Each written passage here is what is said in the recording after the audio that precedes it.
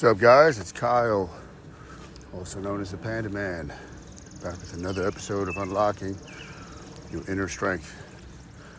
Hope all you fathers out there had a great Father's Day yesterday. I'm recording this on Monday the 16th. I gotta tell you, I shaved my chest and arms for the first time a couple weeks ago in 5 years, which will tie nicely to what I'm going to be talking about in today's episode. You see, the reason I hadn't shaved, well, I think men should have body hair, but I had shaved for so long when I was competing in bodybuilding that it kind of had, it turned into something I had to do as upkeep and maintenance. I tried growing it back a few times. It would be so unbearably itchy that I was like, just gonna shave it.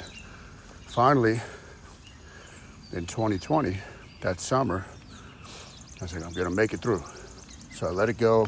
After about 2-3 weeks, I was good to go, and I hadn't shaved since. Now, I was just coming off the fat shredder a couple weeks ago, a 6-week contest that we run at the gym every year. And I got as lean as I've been, definitely since I was bodybuilding. And you could even argue I'm in better shape now than then. Once I shaved my chest, Devin had the same reaction as me. I'm like, holy crap. Really developed my chest over the past 5 years. Now, it's not like I was slacking before that or anything, but much more thickness. Yeah, obviously you can see it more when I'm lean, but I put on a good amount of muscle since I started the Panda Diet. So what I'm going to be talking about is this concept known as Anabolic Fasting. It's exactly what it sounds like. It's a fasting-focused lifestyle while growing your muscle. Now, all the fake fitness experts out there are going to say that that's impossible. Can't do it. Which makes no sense, because I've had literally hundreds of people, clients, students that go through my program,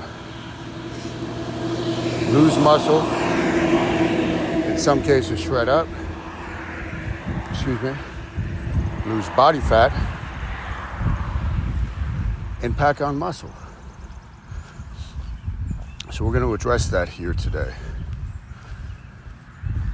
Now, I took an interest into the bodybuilding world. And so bodybuilding, right, it's a sport. It's all about aesthetics.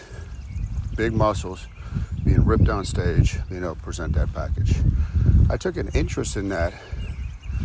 I was about 16. I got really into it. Read every bodybuilding magazine that I could get my hands on. Was training with a bunch of guys. We had a little group, all big athletes into lifting. And then going into my senior year in 1998, I saw an ad in the back of one of the bodybuilding magazines. It was a mail order book, so you could only send a check in. So I didn't have a check yet, a checking account. So I gave my mom cash, she wrote a check. I sent it in. The book was called Big Beyond Belief, written by Tom Platz and Leo Costa. If you're not aware of who Tom Platz is, he is one of the best bodybuilders of all time. Very deep thinker, like a lot of those guys were from that era. Best leg development still of all time. And I had to learn what these guys were talking about. And to my surprise, the protocol in science laid out in the book was not a bodybuilding style training program. It was really based in what the Eastern Europeans were doing, how they could increase the frequency of training a certain area of the body, that they weren't just training it once or twice a week, while still getting strength and muscle growth. It was more of a full body routine, way before anybody around here was doing it. Now this was all based, and this is very important, we're talking about muscle growth, in the stress response by Hans Selye. These scientists, modern, because I'm sure go back thousands of years, they knew this. They were much more advanced in many ways than we were, those civilizations. But that's a different topic for a different day. But Hans Selye modernized the stress response. And I want you to remember 3 words, A-R-E, alarm, resistance, and exhaustion. This is how you stimulate, this is how stress works and how your body adapts. Because when we were trying to grow muscle, we have to realize it's just a stress response. So your body is hit with distress, and then it has the choice. Oh crap, right? That's the alarm phase. Oh crap, this weight was hard and heavy, made me uncomfortable. I better grow and come back bigger and possibly stronger so I can handle this load the next time I'm faced with it. Now, when you first start training, it's really not that hard to do. Pretty much anything you do when you're a novice will stimulate muscle growth. So the alarm is when your body gets that signal. The resistance is when it grows the muscle. Think about if you weren't used to using your hands like blue collar type of work. So my grandfather, Leo, may he rest in peace, was an Italian stonemason. We used to work with him as teenagers. Good, how you doing, Tom? And it was brutal work, carrying bricks, stones, setting him up when he would work the cement, would get a cement truck. In those first few weeks, my hands were beat up, shot. Well, that was the alarm. Handling these bricks and stones and carrying all this stuff, buckets. So the resistance was my hands formed calluses. A stress response, right? Now, if you push it too far, you get to the exhaustion phase. In the gym, this would be overtraining, which is very rarely a concern for anybody, unless you're a high-level athlete. It's something I've never seen from actual just training, well, maybe a small handful of times. Most people don't train hard enough or often enough for this to be a concern. Now, it could be a concern if you're a high-stress type of person, you got a big beer belly, then your workout's got to be toned down because you're already hammering your body with so much stress. And you're laying down visceral fat and all this nasty stuff. But let's get back to the analogy I was using with working with my grandfather. So my hands developed calluses. What would be the exhaustion part of that? Well, I was telling Braxton the other day, because his hand was hurting when we were doing batting practice. Probably hit 200 balls over the course of Thursday, Friday last week. I told him to get his glove, his batting glove. And I told him a story. I think I was 11, playing summer all-stars, and I was obsessed. Like most of the sports I did, I would just practice. And one time I did so much batting practice, even though my hands were used to holding the bat and swinging, I pushed it too far. Developed this giant callus in the palm of my hand that ripped open. Pushed it too far. That's the exhaustion phase. That's not good. But anyway, the stress response is what I want you to take away from this part. You have to apply a stress so your body gets the signal that I'm going to grow. That's fundamental to understand. If you keep going into the gym, doing the same thing, same weights, same reps, same speed, same angles, same volume, same frequency, you will no longer grow after that initial phase. Variables have to change, which I'll talk about in a little bit. They've got to be upgraded to apply a new stress. Now, if you don't care about muscle growth, if that's no longer your goal, then get in there, train at a fast pace, do some functional movements, get your heart rate up. Most of the time, that's how I train nowadays. Now, I competed in 7 bodybuilding shows, right? 7 shows, so that was the focus. Come back bigger the next year. And I did that year after year when I was competing. I would come back bigger. And that's not easy to do, especially when you're competing as a natural bodybuilder. My first 5 shows, I was a natural bodybuilder. No testosterone, no anabolics. But I figured it out. Putting on muscle is not easy. It's not for the faint of heart. Now, when we're talking about putting on muscle, there's essentially, to keep it simple, 2 different types of muscle growth: myofibrillar and sarcoplasmic. So myofibrillar is when the actual tissue in the motor units grows. The contraction. You have something called actin and myosin cross bridges. So think of these as like you're buckling your belt. So you got actin, myosin. When you contract, they kind of grab a hold of each other and pull towards each other. They pull, right? They contract the muscle. Myofibrillar will lead to much greater strength, much denser, thicker looking muscles. It's like muscle maturity. I used to see this when I was bodybuilding because the older guys, the masters levels, they always looked the best. They had this quality of muscle that you could not get when you were younger. Something that took years to develop. Myofibrillar muscle growth will come from more or less heavier weights. Sarcoplasmic is, think of it as like the fluid around the myofibrillar muscle growth. So think of a circle. Okay, in that circle you got dots. That's the myofibrillar component. And in between the dots, the fluid, that's sarcoplasmic. So a lot of bodybuilders, muscles will grow, but it's not actually producing functional muscle or muscles that can produce more force and strength. Now we want to have both types of growth.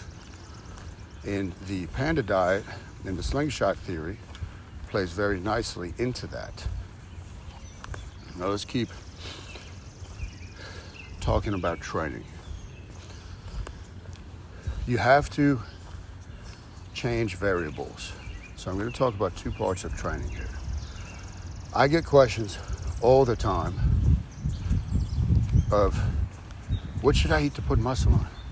How am I going to put muscle on if my protein isn't 300 grams a day? All the time. What should I eat? What should I eat? Guys, you're missing the point. 95% of putting muscle on is about the training stimulus. Remember I told you about the stress response. If you fail to do that, you can eat whatever you want. You're just going to get fat. Which is part of the reason the old way of bulking up is just nonsense. It's flat out stupid. So changing variables. Think of how many reps are you doing. Think of the exercise selection, the angle of your hands or your feet. Think of speed of the movement. Are you coming down fast? What's up, Ray? Speed of the movement. Exploding on the way up or attempting to explode, even though it might not look like it's moving that fast. Pausing at certain parts of the rep. Are we going a little slower on the way down? The eccentric, the negative portion of the motion is where you could cause more muscle damage. How much volume are you doing? Sets times reps times weight. That's your volume. You can increase that. What's your rest time? You have all these variables that you can manipulate. And it's up to you as a trainee to manipulate those to get the desired result. There's another type of contraction that fits very nicely into the myofibrillar growth. And you've probably heard me talking about it lately. I'm coming out with a manual on it this summer. Isometrics. That's where you're contracting, but there's no movement. This is what I would do when I was bodybuilding. I'd be practicing my posing. I practice 30 minutes a day of my poses where I'm just squeezing the muscles. Gives you much more connection with your nervous system into the muscles. How the muscles are what's called innervated. And your muscles will get much harder. Myofibrillar. So it's pretty cool. Most people do not do isometrics because either they think it's boring or it's useless. It's just not a popular thing. But to me, it's probably the most effective contraction. Keep an eye out for that manual. Once I come out with it, there'll be ways to incorporate it within your workouts, ways to do it just throughout the day. I do 5 minutes a day right now. So another tool or weapon in your toolbox, your weapon chest to put on muscle. Here's another point about putting on muscle. You don't grow during the workout. Just like if you had a proper fat loss protocol for the workout portion, which has got to be very specific in the right hormonal environment, depending on eating cadence and all that, for fat loss. That doesn't happen during the workout. It's not about how many calories you burn during the workout. It has nothing to do with it. You guys know my thoughts on that.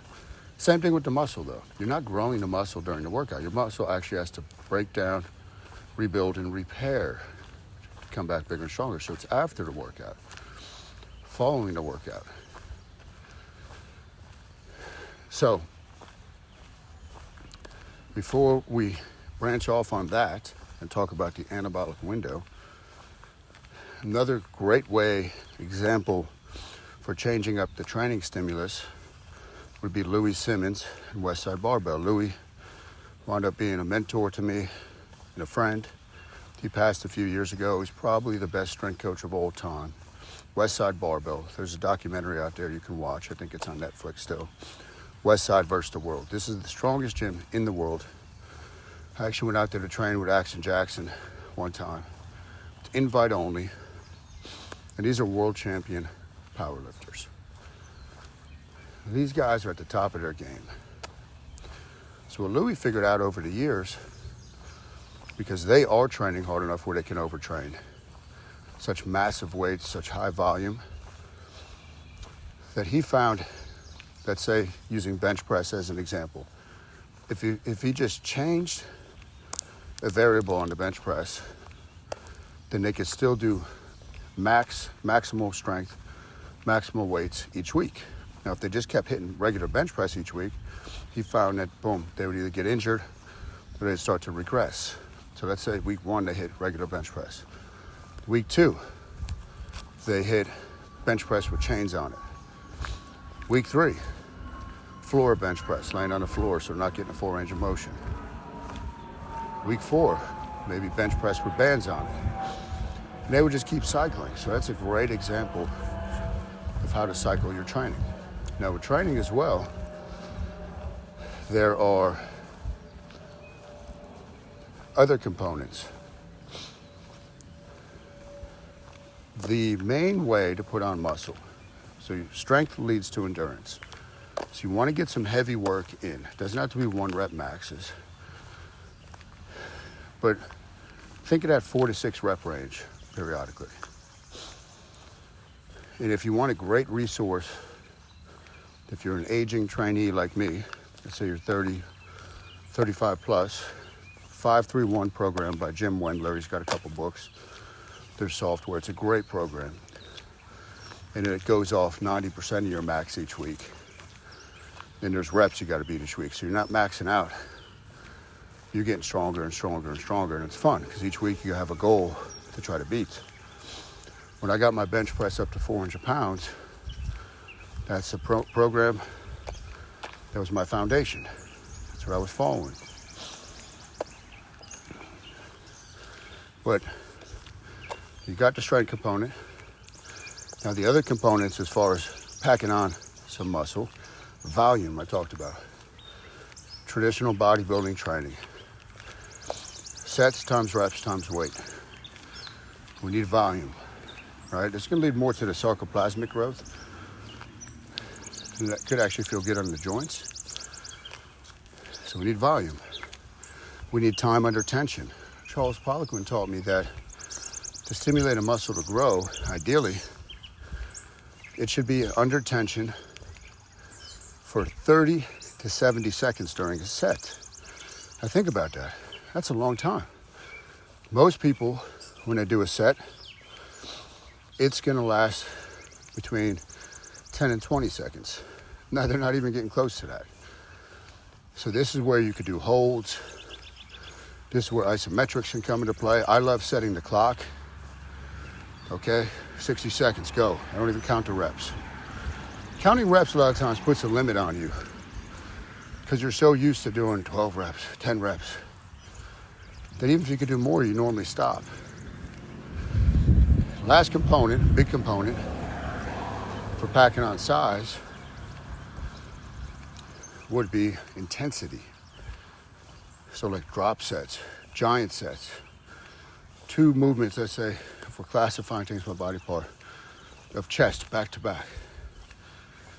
Pyramid sets, going up in weight, coming back down in weight, 1 giant set. Supersets, opposing for 2 different muscle groups. So really think about that. I outline all this. I have a 12 workout program that you can run for about 3 months straight. It's very intense, called Muscle Camp, where all this is incorporated.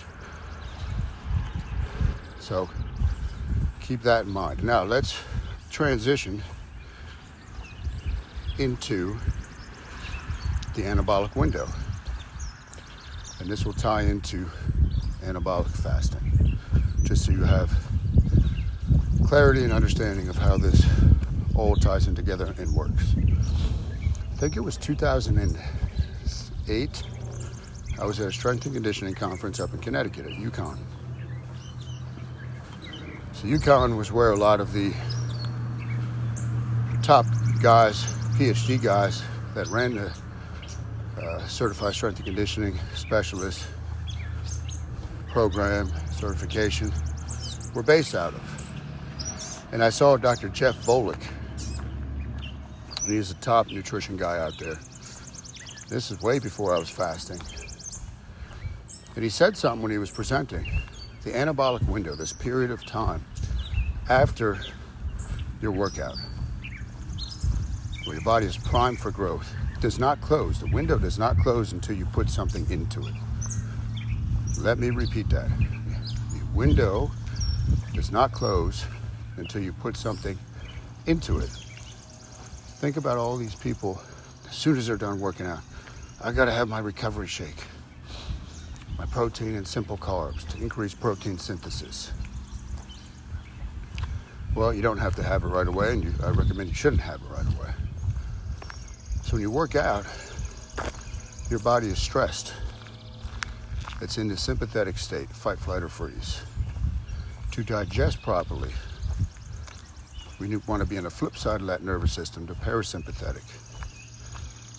Give it time, right? In my case, I'll train early in the morning, and then I feast, if it's a feast day, later at night, 12, 14, 16 hours after I trained. I've been doing this for years. And I believe you're going to see, from my experience, increased muscle growth doing this. So the anabolic window, let's stay on that for a second. That is, well, let me explain the recovery shake methodology. Simple carb and protein. So the idea behind that is to bring your insulin back up. Because if insulin goes up, cortisol, a stress hormone, is going to go down, which I don't think is necessarily a good thing in that scenario. Insulin goes up, and that insulin from the simple carb theoretically should be able to drive the protein you're having towards the muscles for repair, which again happens after the workout. Post-workout. After, not right after. Insulin is the most anabolic hormone in the body. Anabolic means growth. That's what we're talking about, right? Let's differentiate, though. There's a big difference between growing your fat stores, your fat cells, and your muscle cells. So the insulin is anabolic, and it's going to clear nutrients from the blood, bring blood glucose back down, and either store those nutrients in the muscle cell, in the muscle in forms of something called glycogen, or in your fat cell. Now you may have had the experience or seen people that are just like protein pigs, right? And I used to be one 300 to 400 grams a day. And yeah, they might be getting bigger, but they're smooth. And they don't look well. They're just getting like puffy. And they kind of trick themselves on bulking up and putting on size. John Meadows, who was one of my coaches, is a legend. He passed away, unfortunately, as well. Very bright guy. He was coaching me for a couple years, and then going into my last bodybuilding show. So the off season, right, we want to put on size. He said, Kyle, I want you between 10 and 12% body fat before we start putting on size. I was like, what? That's lean, John. He said, no, the more insulin sensitive you are, the easier it is to put on muscle. Now, why would that be? Makes perfect sense now, looking back on it. If you're insulin sensitive, your body doesn't need to produce as much of it when you do eat. And the more insulin sensitive you are, and usually that's the leaner you are, more likely the calorie partitioning, where is the food going, being directed towards, that's coming into the body. It's much more likely to go to the muscles. Much more likely to go to the muscles when you're insulin sensitive. Think about if you train in the morning and then you feast 12 hours later. That insulin sensitivity, especially as you get leaner and leaner, is building up over the course of the day. Anabolic window, remember, has not closed. When the food comes in, muscles are going to say, give me what I need, give me what I need. And you essentially start to starve the fat cells out. Your muscles are going to want to restock. Now this also ties into something known as glycogen. Your muscles and your liver have this energy substrate known as glycogen. It's when water, 3 grams of water combined with 1 gram of carbohydrate, they form glycogen. And they'll fill your muscles up and your liver up, and that's your quick energy source. Now, that plays into fat loss and muscle gain. When you get a body comp reading, it's also taking into account, as far as how much muscle you have, what your level of glycogen is. If you're in a 3-day fast and glycogen levels are lower, it's going to show that, oh, maybe you dropped muscle. You didn't really drop real muscle tissue. You brought your glycogen down, right? We need to bring glycogen down to lose fat. So it's an interplay, back and forth. And if you think about the Sling Shot theory, is what I call this in the Panda Diet, where you're pulling back, right? You're losing, boom, you shoot. Now you got growth. Pull back, lose, boom, now you got growth. Again, I've seen it so many times that it's not a fluke. But glycogen is a key thing as well. So when you're insulin sensitive, you've structured stuff the way I teach my students. You are eating, let's say, 6 times a week, training in the morning, feasting at night, keep stocking up the muscles, insulin sensitivity improves over time, muscles start loading up, fat, essentially, in that little pocket of time when you're feasting, I like to think of it as the fat doesn't really have any time to take in any of these nutrients. You restock the muscles, and then the rest of it, guys, you're going to crap out the next morning. Now, if you're eating often, like most people do that are trying to put on muscle, their digestion is not optimal. They're literally backed up with stuck shit within their intestines. They probably get sick a lot. You probably notice that with people that eat very often. A lot of mucus sitting in their intestines. The body is trying to detoxify this, and they just keep clogging it, right? They keep getting fatter. Then they go to cut down. The cut down season, well, I didn't really put on any muscle. Don't dupe yourself. Putting on a pound or two of muscle in a year, if you're lean, is a lot. Especially if you've been training for a long time. Think about if I was on a bodybuilding stage and I came back to next year with 2 pounds of muscle added to my frame. Oh, that's not a big deal. Oh yeah? That's 8 quarter-pounders slapped on me. That's a lot of muscle tissue, guys. So the anabolic window, we understand that now. The insulin sensitivity is huge. Insulin is the most anabolic hormone in the body that cannot be overstated enough. I think it's very understated. So we want to use insulin being lower most of the time to improve insulin sensitivity, to increase fat loss. And then when it's time to feast, use the anabolic effect of insulin to pack muscle on. Now let's say in the fake fitness expert world, their calorie equations worked, which again, it does not. It's way down the list. Even if that were the case, well, guess what? In your feast, you're probably consuming more overall food, especially if you've got a decent appetite, than you were when you're eating 4 or 5 times a day trying to restrict. Think about that. Getting this huge influx coming in. You're probably eating more. And if you're used to dieting, I developed what was called metabolic damage.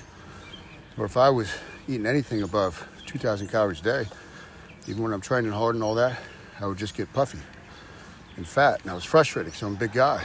But I did things improperly for so long. But you know what fixed that? The Panda Diet, long form fasting. At your feast, let's talk about how to make it.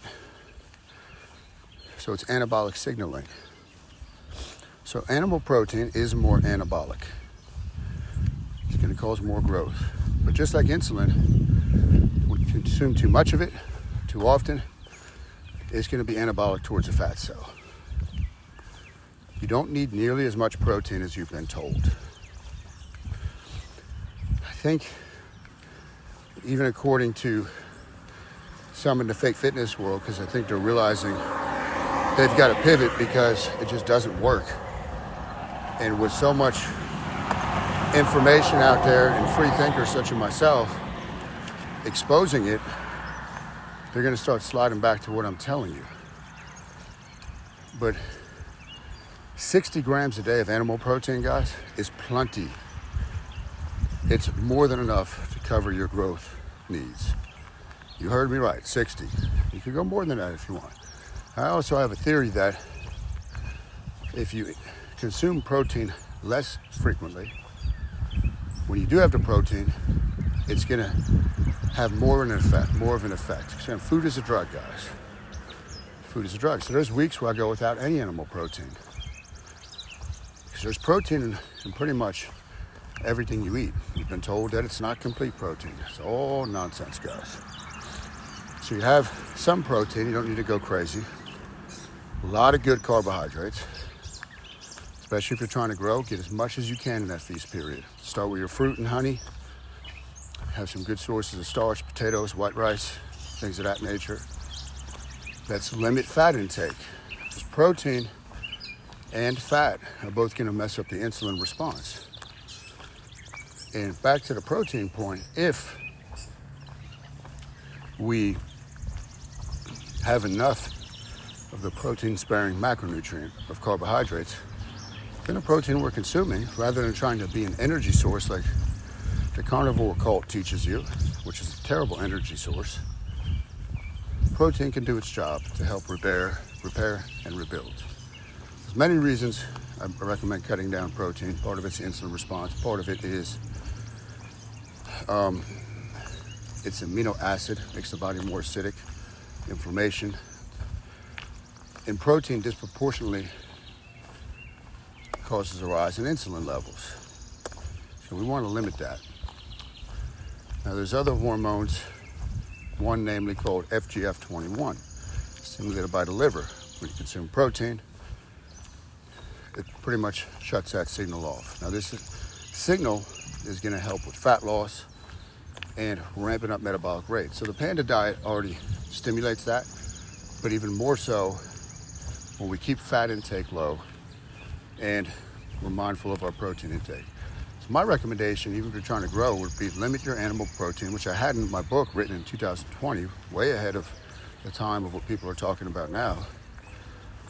Limit your protein intake to 3 days per week, and that will cover your needs. Now, how many times per week do you need to train for growth?